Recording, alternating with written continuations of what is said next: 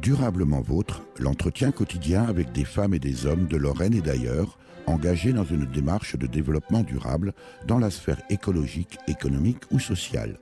Lorsque parfois leur action se situe à l'intersection des trois sphères, elle ou il nous ouvre alors la voie d'un autre monde possible, vivant, viable et vivable. Durablement Vôtre, en partenariat avec les radios associatives de Lorraine. Aujourd'hui, nous évoquerons l'université, et plus particulièrement l'université de Lorraine, et plus particulièrement le campus Bridoux à Metz, qui dispense des formations de haut niveau dans les domaines de l'écologie et qui abrite un laboratoire d'écotoxicologie de renommée internationale. Nous verrons aussi que l'université a droit de cité, cité au sens de la ville, et comment certains enseignants-chercheurs estiment de leur devoir de mettre leur savoir à la portée de ses habitants. Sylvie Cotel, bonjour. Bonjour Eric. Merci de me recevoir dans les murs de l'Université de Lorraine sur le campus Bridoux à Metz. Vous êtes maître de conférence en écotoxicologie, responsable pédagogique du master Génie de l'environnement, directrice du département Sciences de la vie et de la terre. En quoi consiste l'écotoxicologie, votre domaine d'expertise, Sylvie Cotel? Alors on étudie le devenir des polluants dans la nature et puis on regarde quels sont les effets sur les plantes, les animaux, les bactéries. Ces polluants peuvent être d'origine naturelle ou sont nécessairement issus de la pétrochimie? Non, on a tout type d'éléments naturels comme les métaux lourds qui existent à l'état naturel, le plomb, le cadmium et pourtant qui ont des effets toxiques importants. Et puis des produits issus de l'industrie. En m'intéressant d'une manière un peu présomptueuse aux grandes étapes de l'histoire de l'humanité, en gros en mettant du Condorcet et puis du Jeremy Rifkin, vous voyez, c'est un petit peu bizarre comme association au départ, on peut dégager un ensemble de grandes périodes où il y a des enjeux de savoir à chaque fois qui changent. Il y a le langage, il y a l'écriture, imprimerie, ensuite les journaux, tout ce qui est télécommunication et aujourd'hui les nouvelles technologies de l'information et de la communication, les NTIC quand on est branché. Et à chaque fois, ça s'accompagne en fait d'un changement considérable dans tous les enjeux de civilisation et souvent au niveau mondial. C'était Pascal Pic, paléo-anthropologue, maître de conférence au Collège de France, chercheur dans cette discipline qui étudie l'évolution de l'homme lors d'une conférence débat intitulée « La ville, l'université, la population, faire connaissance ». Une conférence qui se tenait à l'université Jean Moulin à Lyon le 13 décembre 2013. Pourquoi le choix de cette archive, Sylvie Cotel? Parce qu'il situe bien la place de l'université par rapport aux besoins de la société. Je crois qu'on est là pour transmettre des savoirs, mais pas seulement, aussi des compétences, un savoir-être, des méthodologies, tout ça pour que nos étudiants aient un métier à la sortie. Est-ce que c'est le rôle de l'université, Sylvie Cotel, de former les jeunes à un métier aujourd'hui? Est-ce que ce n'est pas davantage ce rôle-là, celui des grandes écoles ou des formations courtes comme les brevets de techniciens supérieurs? Je pense les deux. Je crois que l'université est capable de faire acquérir des compétences pour avoir un métier à la fin. Nos étudiants n'ont pas le titre d'ingénieur, mais ingénieur, c'est avant tout un métier. Donc, ils postulent au métier d'ingénieur, ils en ont cette fonction. Mais je crois que l'université va au-delà aussi et elle est capable aussi de fournir une culture scientifique, des savoirs, un savoir-être. Alors, vous êtes enseignante en développement durable et responsable du master Génie de l'environnement. En quoi consistent ces deux enseignements? Alors, en fait, on propose ici une licence, sciences de la vie.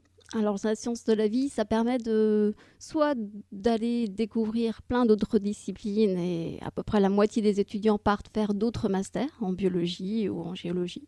Master, c'est Bac plus 5. Voilà, c'est ça. Master 2 en tout cas. Voilà. Licence Bac plus 3, master Bac plus 5. Ou bien on propose aussi dès la licence de se spécialiser et pour préparer au master après. Mhm. Quelle est l'origine des étudiants et quelle est leur motivation? Est-ce que c'est une motivation qui est liée précisément, comme vous venez de l'expliquer, au fait d'avoir un métier? On sait aujourd'hui que le développement durable est en plein développement, c'est le cas de le dire. Ou est-ce que c'est l'attrait de la matière enseignée véritablement, Sylvie Cotel? On a tout type d'étudiants. Certains arrivent avec un projet bien défini, et puis d'autres, il faut bien le dire aussi, certains arrivent parce qu'ils ont vu de la lumière. Voilà, parce qu'ils ont été refusés ailleurs. Mais voilà, ils vont découvrir plein de choses, plein de disciplines qu'ils ne connaissaient pas forcément. Et puis, on leur propose donc 4 masters différents qui peuvent soit préparer à la recherche, soit permettre de travailler au niveau Bac+5. Alors, quel master précisément? Alors, on a 4 spécialités. On en a une qui est plutôt sur l'eau et la biodiversité, qui va permettre de travailler, par exemple, dans les parcs naturels régionaux. Pas forcément les meilleurs employeurs aujourd'hui au monde, Sylvie Cotel. C'est vrai. Mais il y a quand même des débouchés possibles et des bureaux d'études sur l'impact sur la faune et la flore. Ça peut être des filières intéressantes. Un autre master qui va plutôt former au métier de chercheur, donc qui va permettre de faire un doctorat après, en 3 ans supplémentaires. Et donc là, on va reprendre les thèmes du laboratoire, qui sont l'écotoxicologie, l'écologie. Un troisième, et c'est un petit nouveau, cette année, on l'a ouvert sur les sites et sols pollués. Donc ça permet de gérer tout cet aspect-là, les friches industrielles. Alors là, pour le coup, j'imagine qu'il va y avoir des débouchés. Normalement, oui. Hélas. mais hélas, oui, mais il y a effectivement de quoi faire en termes de friches, de reconversion de ces friches. Et puis le dernier dont je m'occupe, donc génie de l'environnement, qui permet de gérer tous les aspects environnementaux, air, eau, sol, déchets, en entreprise. Ça veut dire, Sylvie Cotel, qu'une université invente comme ça, un peu au gré des besoins, des formations? Exactement, oui, on croit toujours que l'université est rigide et figée. C'est faux, on la fait évoluer régulièrement. Tous les ans, on regarde un petit peu le contenu et puis on le fait évoluer. On crée de nouvelles filières, de nouveaux parcours, de nouvelles filières.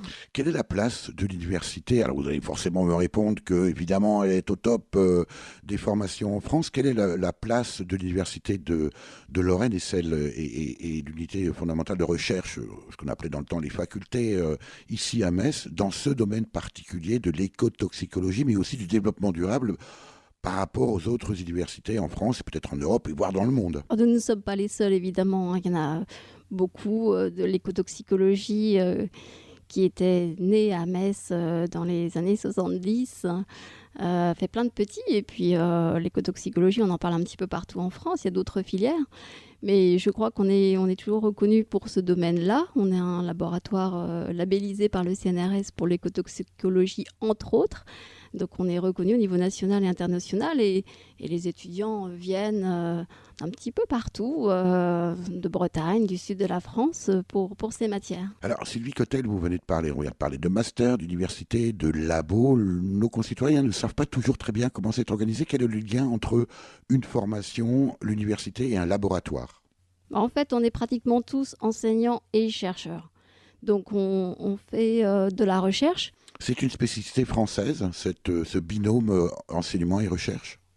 Oui, mais je crois que ça existe aussi dans d'autres pays. Mais l'intérêt, c'est de faire profiter aux étudiants de toutes les avancées dans la recherche. Voilà, et de permettre de valoriser tous ces travaux de recherche dans les enseignements. Et le laboratoire?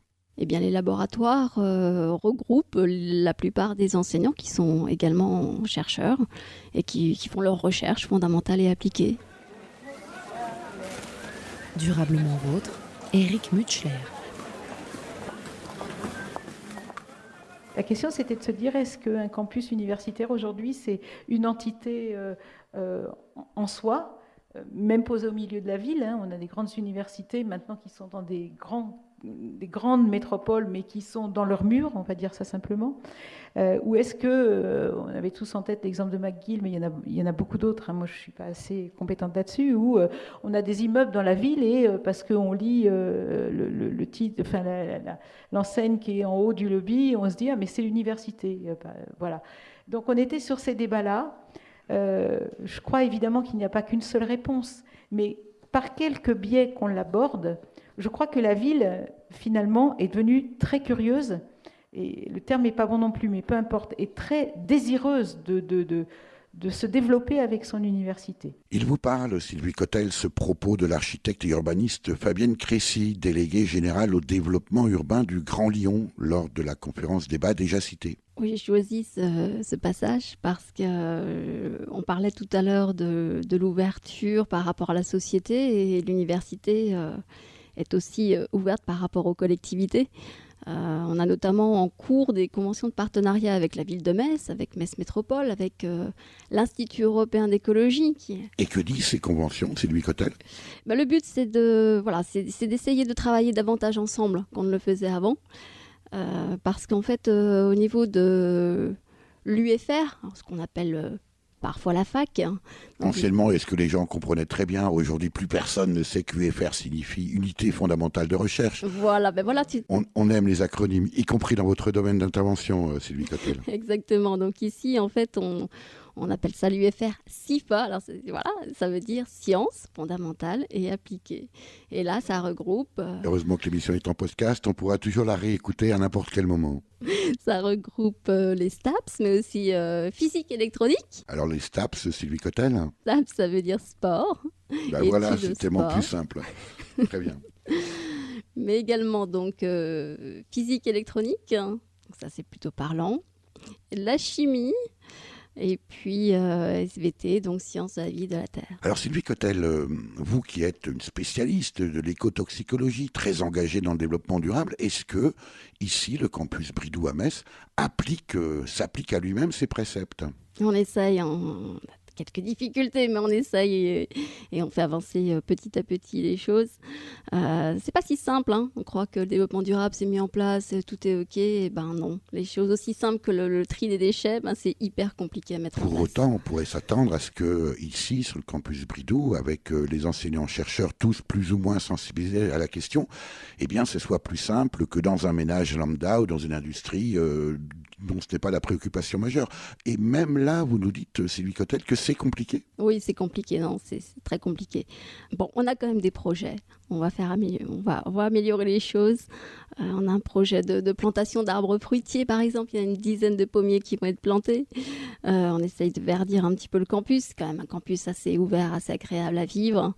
Donc on va essayer de faire vivre tout ça. Et puis les étudiants ont des projets de développement durable. Un petit peu hors scolaire, hors cadre scolaire. Ils organisent des concerts caritatifs dans la ville, Peut-être même en avance sur leurs enseignants, les étudiants, Sylvie Cotel. On compte sur eux. Alors, vous avez évoqué à l'instant les partenariats avec la ville de Metz, avec Metz Métropole. Les universités sont aussi connues pour avoir une ouverture sur le monde, Sylvie Cotel. Oui, tout à fait. On a aussi des partenariats au niveau de la recherche avec... beaucoup de pays européens. On attire également des étudiants brésiliens chaque année, également de Chine, d'Afrique, un petit peu partout. Est-ce que vous avez le sentiment, Sylvie Cotel, que nos concitoyens connaissent l'université aujourd'hui de l'intérieur? Est-ce que pour la plupart de nos concitoyens, l'université n'est pas ce machin, pour parodier un ancien ministre? Est-ce que pour beaucoup de nos concitoyens, l'université ne se limite pas à finalement diffuser un savoir, faire de la formation, mais ignore complètement l'organisation interne, les laboratoires, le lien avec d'une part la cité, mais aussi les acteurs économiques? Oui, c'est vrai, mais on organise régulièrement des journées portes ouvertes, il ne faut pas hésiter à venir. On organise des fêtes de la science, comme ça a été le cas récemment. Donc je crois que les citoyens viennent petit à petit dans les universités et inversement. C'est aussi à nous de sortir et aller faire de la vulgarisation quand on en a l'occasion. Alors ça, on en reparlera peut-être un peu plus tard avec vous, Sylvie Cotel, mais l'enseignement en France, en tout cas au niveau universitaire, vous fonctionnez, on le disait, en binôme enseignement et recherche. Pour autant, et autant que je puisse le savoir, votre vocation et votre fonction d'enseignement n'est pas véritablement prise en compte dans votre plan de carrière. Ah non, c'est clair. Non. Le principal levier d'évolution de carrière, ce sont les publications dans les revues scientifiques. Alors 2 mots simplement. On entend ça souvent dans les médias, la publication, les chercheurs publient. En 2 mots, Sylvie Cotel, en quoi consiste une publication scientifique ? assez simple. On écrit en anglais, bien évidemment, les résultats de nos travaux. Et puis, ils sont expertisés par nos pairs, c'est-à-dire par d'autres chercheurs, en fait, et publiés. Publié à quel endroit? Dans un journal quotidien? Non, dans des revues scientifiques très, très spécialisées. Donc, c'est en ça que je crois que même si ça compte peu dans notre évolution de carrière, c'est vraiment important de vulgariser nos résultats chez les citoyens et dans la société.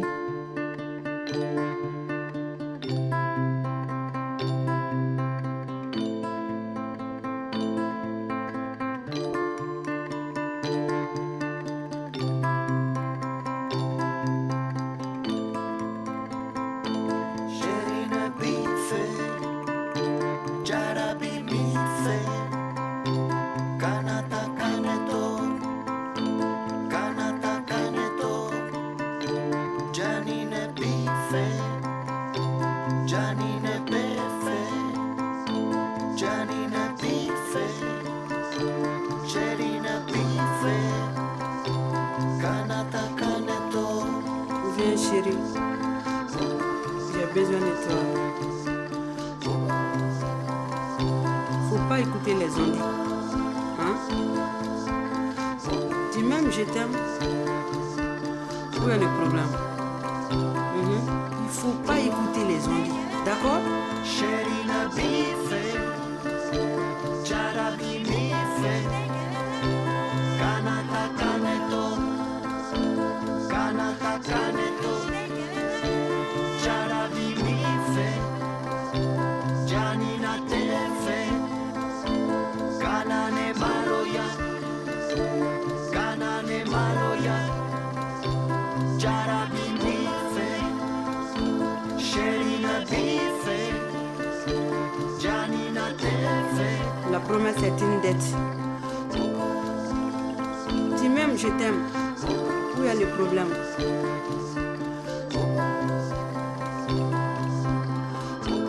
Je t'aime jusqu'à la mort.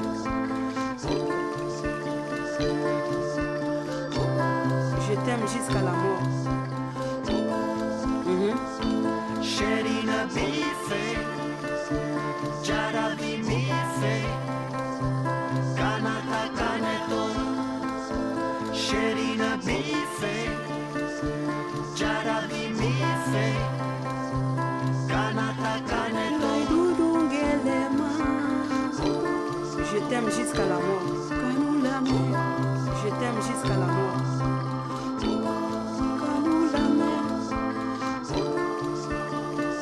Je t'aime jusqu'à la mort. Je t'aime jusqu'à la mort.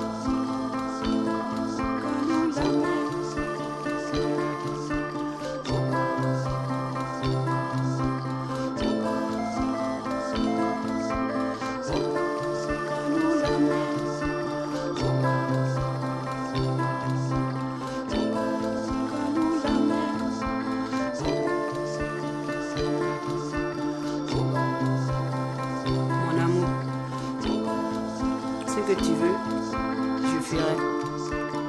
Tout ce que tu veux. Je t'aime jusqu'à la mort. Et kadine ne kade. Madame Adinjoumaï, je t'aime jusqu'à la mort. Chérie na bife, jarabi mife, kanata kaneto. Je t'aime jusqu'à la mort. Durablement vôtre, Éric Mutschler. Quel lien entre l'écotoxicologie, l'Université de Lorraine, et ce titre Mbifé Blues par le couple malien Amadou Bagayoko et Mariam Doumbia, plus connu bien sûr comme étant le couple Amadou et Mariam, extrait de l'album Dimanche à Bamako, sorti en 2004, réalisé avec le concours de Manu Chao et victoire de la musique l'année suivante, Sylvie Cotel. Parce que j'entends souvent dire que le développement durable, c'est une histoire de pays riches. Je ne crois pas du tout, bien au contraire, c'est une histoire de tous les pays. Le développement, c'est bien l'inverse de envelopper, couvrir. Donc développement, c'est l'évolution de tous les pays. Et je pense que l'Afrique fait partie des pays en voie de développement qui ont un potentiel énorme et qui est forcément concerné par tous ces enjeux. Pour autant, dans le concept initial, dans le rapport Brundtland, qui a conceptualisé cette expression de développement durable, l'acception originelle était développement soutenable. Oui, mais j'insiste sur le mot développement. Et vous ne croyez pas, Sylvie Cotel, que nos concitoyens confondent un peu développement durable et croissance permanente ? Ah non, le développement est différent de la croissance. Le développement, c'est vraiment, voilà, c'est l'évolution, c'est le progrès. C'est pas la croissance économique à tout va. C'est comment s'épanouir, comment évoluer, comment progresser, et dans tous les pays. Le développement durable aujourd'hui, Sylvie Cotel, est au cœur de vos activités de recherche ?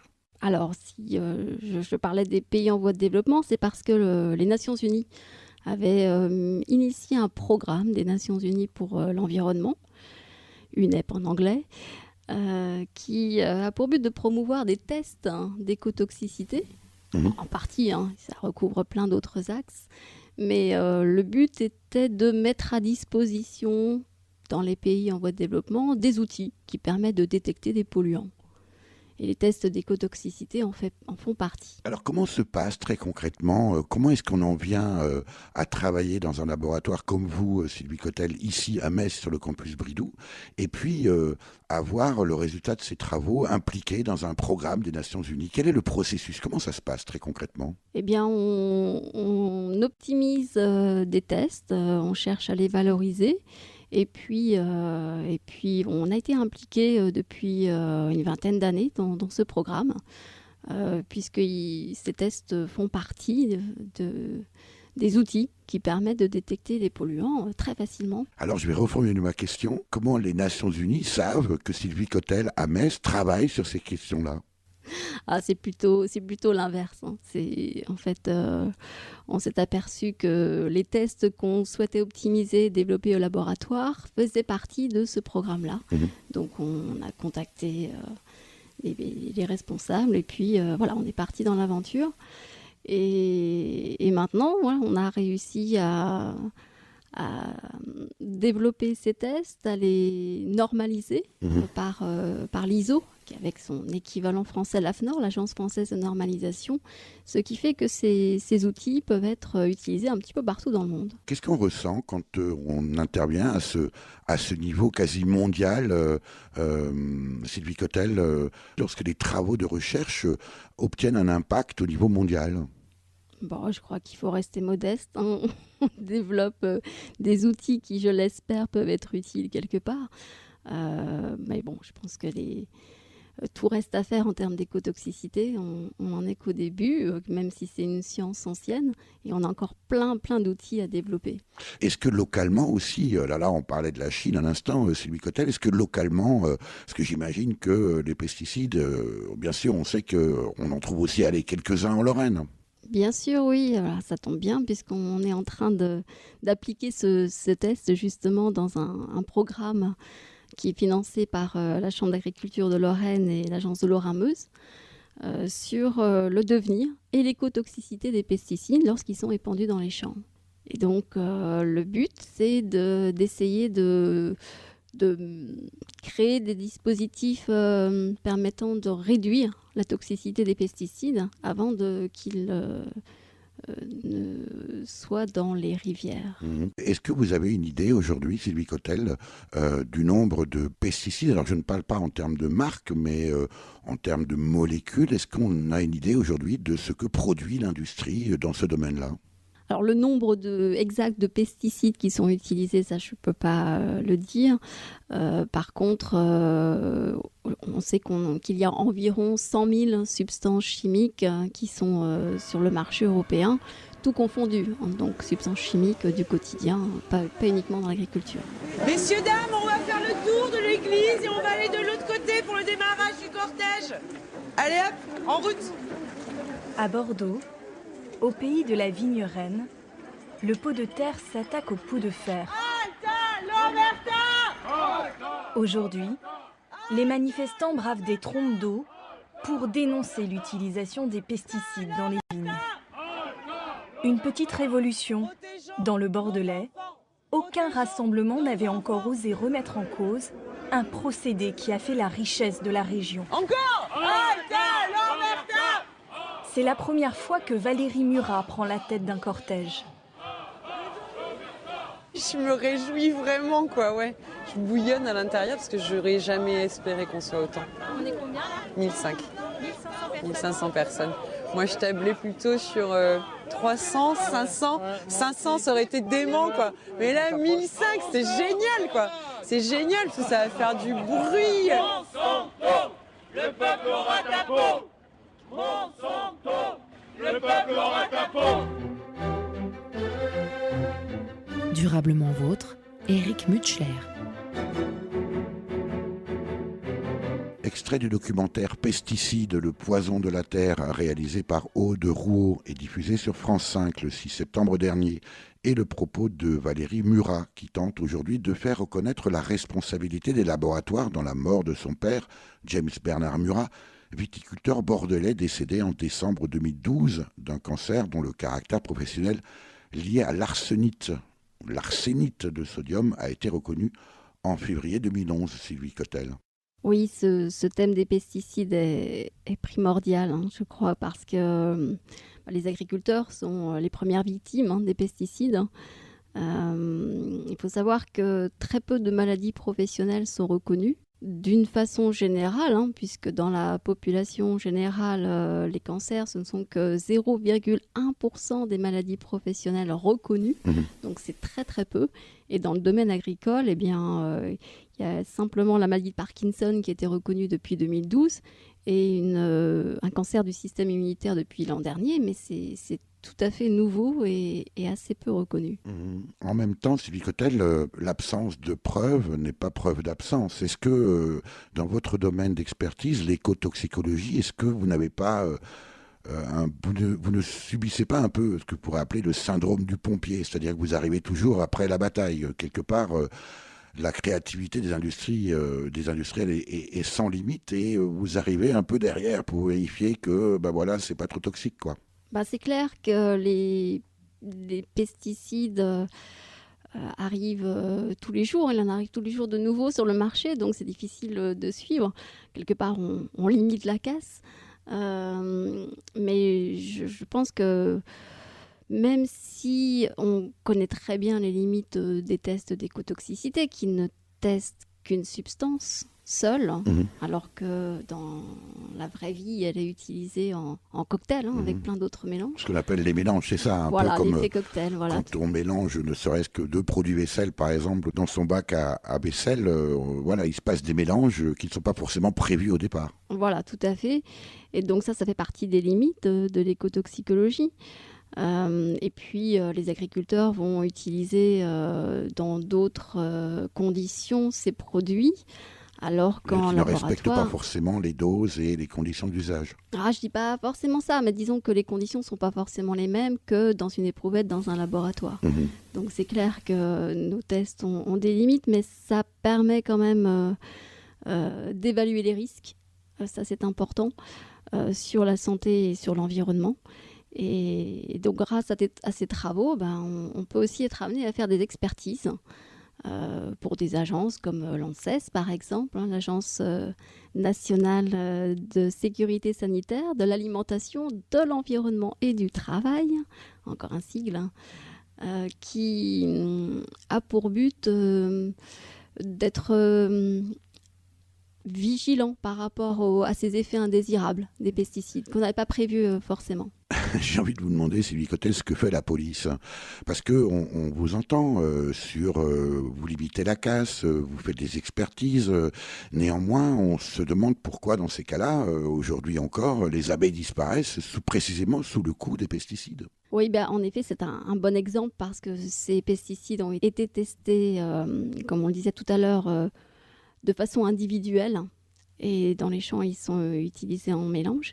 Et puis, il ne faut pas se cacher, il y a effectivement le poids des lobbies. C'est clair que lobbyiste est un métier tout à fait légal. Les lobbyistes ont leur bureau à côté des députés. Donc, ça, c'est clairement un frein par rapport à tout ce qui pourrait être amélioré par rapport aux pesticides. Alors il y a un autre domaine d'intervention, ou en tout cas dans lequel vous intervenez, Sylvie Cotel, c'est toute la partie qu'on pourrait qualifier de chimie ordinaire ou de chimie quotidienne. Oui, alors effectivement, il y a beaucoup de substances chimiques auxquelles on est exposé au quotidien, que ce soit dans les produits ménagers, les produits d'entretien, de bricolage, de jardinage. Y compris la colle, que l'on retrouve un peu partout dans notre ameublement aujourd'hui. Ah oui, complètement, oui. Et puis, il y a effectivement ce fameux formaldéhyde, qui est un produit que l'on retrouve en concentration parfois importante dans l'air intérieur, dans les maisons, dans les écoles aussi. Et il serait bon, effectivement, de le surveiller. Il est interdit dans certains pays, mais en France, on ne réagit pas beaucoup par rapport à ces produits. Quel est l'état de la législation aujourd'hui concernant ces produits, Sylvie Cotel ? Alors, il existe un règlement européen qui est sorti il y a quelques années, qui s'appelle REACH. Qui signifie Qui signifie enregistrement des produits chimiques et autorisation. Donc, le sigle est en anglais. Mais en fait, ce règlement oblige les industriels et les importateurs, lorsqu'ils veulent mettre sur le marché une nouvelle substance chimique, à fournir des données de toxicité et d'écotoxicité. Alors, il y a deux histoires. La première histoire, que j'appelle la belle histoire, c'est en fait notre histoire. C'est comment nous en sommes venus à exister aujourd'hui, être ce que nous sommes avec notre corps humain, qui est une merveille sans nom, qui nous permet de comprendre, qui nous a permis de résoudre, de connaître les lois de la physique, de connaître la médecine, de connaître tout ça. L'être humain, le corps humain est une merveille. Ça, c'est le premier point. Mais comment cela est-il arrivé? Comment en sommes-nous arrivés à être ici aujourd'hui? Eh bien, ça, c'est ce qu'on peut appeler la belle histoire. La belle histoire, elle commence il y a 14 milliards d'années. Durablement vôtre, Éric Mutschler. C'était l'astrophysicien franco-canadien Hubert Reeves, bien sûr, lors de l'une de ses nombreuses conférences-débats, ici sur le thème de l'avenir de la vie sur la Terre. Hubert Reeves, un grand vulgarisateur que vous citez en modèle, Sylvie Cotel. Pourquoi ? Ah oui, c'est un grand monsieur, effectivement. Alors, je n'ai pas la prétention de raconter de belles histoires comme lui, parce que l'écotoxicologie, ça fait moins rêver que les astres et les étoiles. Mais par contre, je crois que c'est vraiment important de vulgariser, d'informer les citoyens. Il y a un concept important dans le développement durable qui est la gouvernance. On en parle beaucoup, mais on l'applique assez peu. La gouvernance, c'est concerter ceux qui sont concernés. Encore faut-il qu'ils soient informés. Alors précisément, vous parliez tout à l'heure, Sylvie Cotel, du règlement REACH, qui est cette législation européenne qui réglemente l'usage par l'industrie des produits chimiques. On voit bien que les gens s'y intéressent. Et pour autant, votre métier de chercheur et d'enseignant-chercheur, ce travail de vulgarisation et d'information du public ne fait pas partie intégrante de votre métier. Non, mais je crois que c'est vraiment important. Et je fais effectivement des conférences grand public régulièrement, à travers l'Université du Temps Libre notamment, ou conférences grand public où je suis sollicitée pour intervenir et pour expliquer aux citoyens ce qu'il y a derrière ce fameux règlement REACH qui intéresse effectivement les gens pour savoir comment sont évalués les risques en réalité de toutes ces substances chimiques dont on est exposé au quotidien. Pour autant, cette démarche-là, elle est volontaire de votre part. Vous pourriez très bien ne pas faire ces conférences publiques, ces interventions. Votre hiérarchie ne vous en voudrait pas pour autant. Non, mais je crois qu'à partir du moment où on a des informations, c'est important de les transmettre aux citoyens. Et effectivement, je pense que c'est intéressant qu'ils comprennent comment fonctionne ce système. On reproche souvent précisément aux universitaires d'être un peu confinés dans leur labo, à écrire en anglais, vous le disiez en début d'entretien, Sylvie Cotel, à publier dans des revues que personne n'a jamais vues et que personne ne verra peut-être jamais, parce que ce sont des revues, bien sûr, à caractère strictement universitaire et dédiées à la recherche. Est-ce qu'on pourrait imaginer que cette vocation de vulgarisation, de quelque part lanceur d'alerte d'une certaine façon, fasse partie intégrante de votre métier ? Ce serait bien, oui, dans l'idéal. Hein. Je pense que ça fait partie de... C'est tellement... Enfin, pour moi, c'est évident, quoi. C'est tellement évident. Alors pourquoi ça ne se fait pas ? Eh bien parce que, comme on le disait tout à l'heure, l'évolution de carrière, elle est surtout basée sur les publications, la recherche. Donc tant que ça n'évoluera pas, on en sera toujours au même stade. Est-ce qu'on pourrait imaginer, sans être totalement paranoïaque, on cherche aussi à confiner peut-être un certain savoir dans les murs de l'université et que ce que l'on vous reproche, c'est précisément ce que l'on cherche à faire, c'est précisément ce que l'on vous reproche, c'est-à-dire rester bien cloîtré au fond de vos labos. C'est possible, mais en tout cas, personne ne nous empêche de sortir et de parler au grand public. Donc ça, c'est tout à fait possible et je pense que ça se fait quand même de plus en plus dans tous les laboratoires et dans toutes les disciplines. Vous avez ici à l'université de Metz, où on peut dire d'ailleurs que l'écotoxicologie, qui est votre discipline de prédilection, Sylvie Cotel, est quelque part née ici à Metz.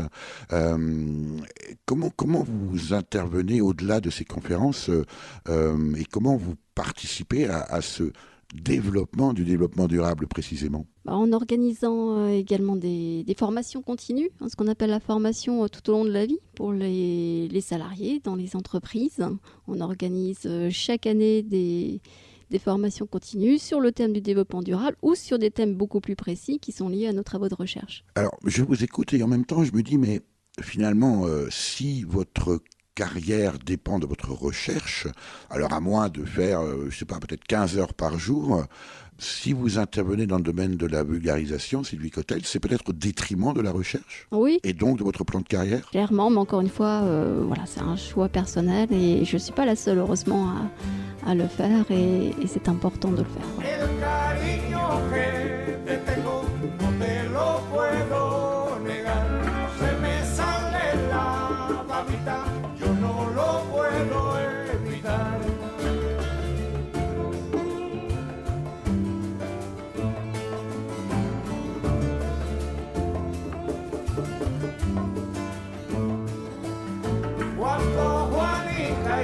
Chan chan, en el mar servían arena, como sacudía el jibe, a Chan Chan le daba pena.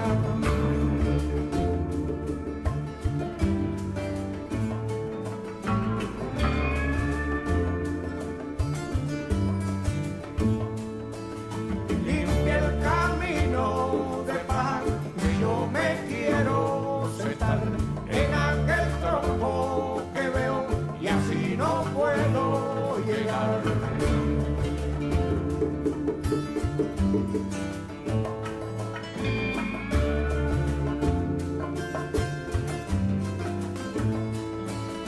De Alto Cedro voy para Marcané, llego a Puerto, voy para Mayarí.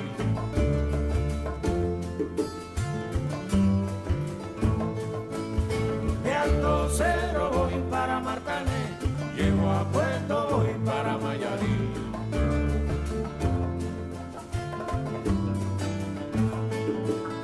De Alto Cedro voy para Marcané, llego a Puerto, voy para Mayarí.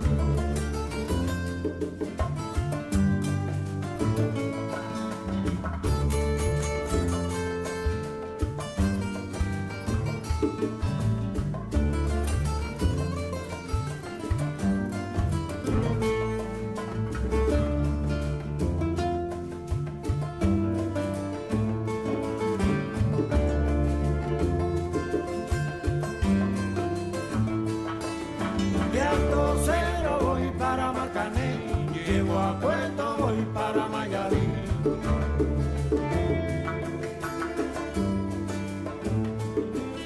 De Alto Cedro voy para Marcané, llego a Puerto, voy para Mayarí.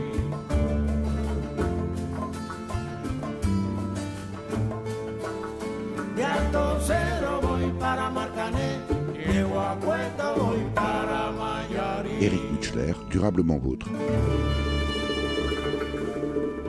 C'était le Buena Vista Social Club dans l'album sorti en 1997, en référence à cette boîte de nuit mythique, éponyme de la banlieue de la Havane à Cuba, fermée en 1959 après la révolution cubaine. Vous connaissez Cuba, Sylvie Cotel? Non, malheureusement pas encore, mais j'aimerais beaucoup y aller. Comment est-ce qu'on devient maître de conférence en écotoxicologie? Alors, pas forcément dans le parcours scientifique, mais qu'est-ce qui vous a amené? Est-ce qu'il y a une sensibilité particulière? Est-ce qu'il y a un fait particulier, Sylvie Cotel, qui vous a fait choisir cette voie-là et surtout cette spécialité-là? Alors moi, je suis originaire d'un petit village de Champagne, d'une famille d'agriculteurs. La région Grand Est, maintenant. Oui, tout à fait. Mais en fait, j'ai à l'origine fait mes études à l'université de Reims, où j'ai fait une licence de biochimie, une maîtrise de biologie. Et puis, je suis venue à Metz pour l'écotoxicologie. C'est déjà une discipline qui m'intéressait à l'époque. Pour quelle raison? J'étais peut-être influencée par les effets des pesticides, hein, puisque toute ma famille a baigné dedans. Le terme est peut-être bien choisi, malheureusement. Malheureusement, oui. En tout cas, voilà, j'ai pris assez vite conscience de l'intérêt d'étudier ces effets de ces fameux pesticides. Et vous avez choisi, Sylvie Cotel, plutôt la voie scientifique. Est-ce qu'il y a en vous un côté qu'on pourrait qualifier de militant? Je n'irai peut-être pas jusque-là. Je pense que j'espère avoir un rôle, en tout cas dans mes activités de recherche, pour développer des tests d'écotoxicité, mais surtout également en formant les étudiants et puis en leur donnant l'envie d'agir. Parce que je crois qu'en développement durable, il y a encore beaucoup, beaucoup à faire. Vous qui précisément avez accès à toutes ces données, à la gravité aussi de la situation, quel regard portez-vous aujourd'hui précisément sur l'état de la planète? Peut-être plus particulièrement, tiens, le Grand Est, pourquoi pas? On sait aussi que la biodiversité est en danger. Est-ce qu'il y a un lien que vous faites entre précisément à la fois des pratiques agricoles industrielles, l'usage des pesticides et puis cette disparition de la biodiversité, Sylvie Cotel? Non, mais il est clair qu'il y a un lien entre l'utilisation de ces pesticides et les effets sur la biodiversité. Maintenant, il y a aussi une grande différence entre ce que nous faisons dans les labos de recherche et la réglementation. Donc il faut que la réglementation évolue aussi vite avec les avancées scientifiques. Est-ce que dans votre vie courante, quotidienne, Sylvie Cotel, je ne sais pas, quand vous faites vos courses, quand vous achetez, je ne sais pas, n'importe quoi, des vêtements, des meubles, est-ce que vous avez ce regard de scientifique? Est-ce que vous vous dites, tiens, là, sur cette pomme, je risque de trouver des traces de je ne sais quel produit? Oh, bien sûr, oui, je crois qu'il y a une déformation professionnelle qui s'opère. Et quand j'ai le choix entre deux pommes, une bio et une pesticide, je vais évidemment choisir la bio. Maintenant... C'est pour autant pas évident pour tout le monde, ce choix? C'est ça qui me surprend, parce que je comprends pas pourquoi ça, c'est pas ce qui est normal, effectivement. Pourquoi est-ce qu'on devient bizarre et étrange quand on s'oriente vers des cultures qui sont plus responsables? Ça me semble tellement évident. Vous ne seriez pas aujourd'hui maître de conférence en écotoxicologie, Sylvie Cotel, vous seriez quoi? Bon, c'est vrai qu'il y a plein de métiers que j'aurais pu faire autres que celui-ci, mais celui-ci m'a séduite assez tôt, en fait, dans mon parcours universitaire. L'invité de Durablement Vôtre, coup de gueule ou coup de cœur? Sylvie Cotel, maître de conférence en écotoxicologie, responsable pédagogique du master Génie de l'environnement, directrice du département Sciences de la vie et de la terre à l'Université de Lorraine Campus Bridoux. C'est le moment de votre choix. On écoute. Comment répondre à certaines questions qu'on vous pose en entretien de motivation? Dans les entretiens de motivation, certaines questions reviennent de manière générale. Pourquoi cette formation en particulier? La bonne façon de répondre à cette question, c'est d'expliquer que le commerce vous intéresse en général et surtout de vous renseigner auprès de gens qui font ce genre de métier ou qui ont fait ce genre d'études. Allez voir des étudiants, allez voir des professionnels, posez-leur des questions et essayez de voir si ça correspond à ce que vous cherchez. Personne ne va à un entretien de motivation pour dire « mes parents ils m'ont forcé » ou « je ne savais pas quoi faire de ma vie ». Mais vous essayez simplement d'expliquer que c'est quelque chose de réfléchi et que vous n'êtes pas là par hasard. Alors, c'est une question qui peut paraître un petit peu piège. Forcément, quand vous candidatez à des écoles de commerce, vous candidatez toujours à plusieurs formations. Très peu de personnes se permettent de candidater uniquement à une seule. La question ici est de savoir pourquoi cette école plus qu'une autre. Extrait d'une vidéo diffusée sur l'Étudiant TV intitulée « Réussir son oral », dans laquelle le journaliste spécialiste des concours des écoles, Baptiste Legout, répond à la question « Pourquoi choisir cette école ?» pour illustrer votre coup de gueule, Sylvie Cotel. Oui, j'ai un petit coup de gueule par rapport à l'orientation professionnelle qui est souvent conseillée aux lycéens. Parce qu'il y a une sorte de désinformation par rapport à tout ce qui se passe à l'université. Ça, c'est un coup de gueule à l'égard de vos collègues enseignants du secondaire, en quelque sorte, Sylvie Cotel. Oui, alors certains, je ne vais pas faire de généralité. Certains enseignants ont fait l'effort de venir voir effectivement comment avait évolué l'université ces dernières années. Mais d'autres sont restés à un schéma très archaïque et très ancien, où l'université n'était bonne qu'à fournir des chômeurs. C'est loin d'être le cas. On a des taux d'insertion professionnelle qui sont tout à fait honorables. On a créé aussi beaucoup de filières en alternance avec des contrats d'apprentissage possibles. Cette année, on en a 16 contrats d'apprentissage, aussi bien dans des grandes entreprises comme Suez, ArcelorMittal, que dans des petites structures. Donc je crois qu'il y a vraiment un besoin des entreprises vis-à-vis de ces diplômés. En quelque sorte, Sylvie Cotel, c'est de changer l'image aussi bien à l'égard des entreprises, mais aussi peut-être surtout à l'égard des enseignants du secondaire. Oui, tout à fait, parce que ils sont invités régulièrement à venir un petit peu pour découvrir ce que sont les cours, les travaux dirigés en petit nombre. On parle souvent des amphis surchargés. C'est vrai pour certaines universités parisiennes, mais ce n'est pas vrai pour les universités qui sont davantage à taille humaine. Et donc, on les invite et on espère les voir nombreux pour venir voir comment on a fait évoluer les choses. L'appel est lancé. Est-ce que ça veut dire aussi, Sylvie Cotel, que les meilleurs étudiants s'orientent plutôt vers les écoles d'ingénieurs et puis les autres à l'université? Est-ce que vous subissez un peu cette concurrence avec les écoles d'ingénieurs précisément? Oui, c'est clair, mais les ingénieurs ne sont pas meilleurs que nos étudiants, ils sont juste différents. Ils ont des profils différents, un savoir-être différent. Alors, qu'est-ce qui fait précisément cette différence? Est-ce qu'on sait aussi, Sylvie Cotel, que dans les grandes écoles, l'association des anciens élèves, c'est tout simplement le réservoir d'embauche pour les ingénieurs qui suivent?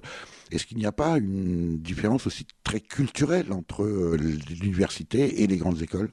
Non, cette différence n'existe plus, justement. On a aussi des réseaux d'anciens élèves. J'en croise régulièrement. Ils interviennent dans nos formations. Ils nous envoient des offres de stage, d'emploi. Donc, on a effectivement créé aussi un certain nombre de réseaux. On est capable également de fournir tous les outils de culture d'entreprise, je dirais. Ça, c'est assez nouveau aussi dans les universités. Quand vous dites que c'est assez nouveau, Sylvie Cotel, ça veut dire que ça n'a pas toujours été le cas et que l'image contre laquelle finalement vous poussez ce coup de gueule était vraie il y a encore pas si longtemps. C'est vrai, mais on a vraiment évolué. Il y a eu le plan de licence, il y a plein de choses qui ont été mises en place pour aider les étudiants. Et puis je crois que le gros point positif des universités, c'est qu'après un bac, on ne sait pas forcément ce qu'on va faire. Et l'intérêt de l'université, c'est qu'on va construire son parcours petit à petit, on va découvrir plein de choses nouvelles. Et puis, on a le droit de ne pas savoir au début, en licence, et on va petit à petit découvrir des disciplines, un métier, et à la fin sortir à Bac+5 et être intégré dans la vie. Alors précisément, c'est ce projet de réforme dont on parle aussi aujourd'hui, d'accès au Master 2, avec des sélections à l'entrée, l'université étant très ouverte et ouverte à tout titulaire de bac. Quelle est votre position ici aujourd'hui à Metz, Sylvie Cotel? Moi, ma position, c'est qu'il faut maintenir un niveau d'excellence, donc maintenir la sélection en master. C'est important. Je crois aussi qu'il faut arrêter de faire croire aux étudiants que le Graal, c'est le niveau Bac+5. On a besoin aussi de métiers manuels, on a besoin de métiers au niveau Bac+3, au niveau technicien. Et je leur dis souvent qu'il vaut mieux être un bon technicien qu'un mauvais cadre. Mais je crois en développement durable et dans tous ces enjeux, il y a beaucoup à faire à tous les niveaux. Et l'université est tout à fait prête à accueillir ces lycéens. Sylvie Cotel, dernière question. Est-ce que l'appellation campus Bridoux est vraiment attractive? Quand on pose la question aux jeunes étudiants, ils ne pensent évidemment pas au général français, le premier général français tombé en 1914, qui a donné son nom au campus Bridoux. Ils pensent évidemment davantage à une grande marque de charcuterie. Est-ce que c'est très attractif? Non, mais je crois qu'ils penseront maintenant à l'université et à l'UFR Sciences fondamentales et appliquées. Et ils sauront dorénavant qu'on peut y trouver un métier. Ma question n'était pas totalement une plaisanterie. Est-ce que le campus ici à Bridoux peut changer de nom? Est-ce que c'est envisageable? Moi, je crois que ce n'est pas le nom qui est important. Ce qui est important, c'est qu'on sache qu'à Metz, on peut former des étudiants et qu'ils peuvent trouver un métier tout à fait épanouissant en sortant d'ici. Merci Sylvie Cotel pour cet entretien. Merci à vous, Eric. Je rappelle que vous êtes maître de conférence en écotoxicologie, responsable pédagogique du Master Génie de l'environnement et directrice du département Sciences de la vie et de la terre à l'UFR SIFA, acronyme de Sciences fondamentales et appliquées de l'Université de Lorraine. Pour en savoir plus sur les formations que vous proposez, rendez-vous sur le site sifa.univ-lorraine.fr.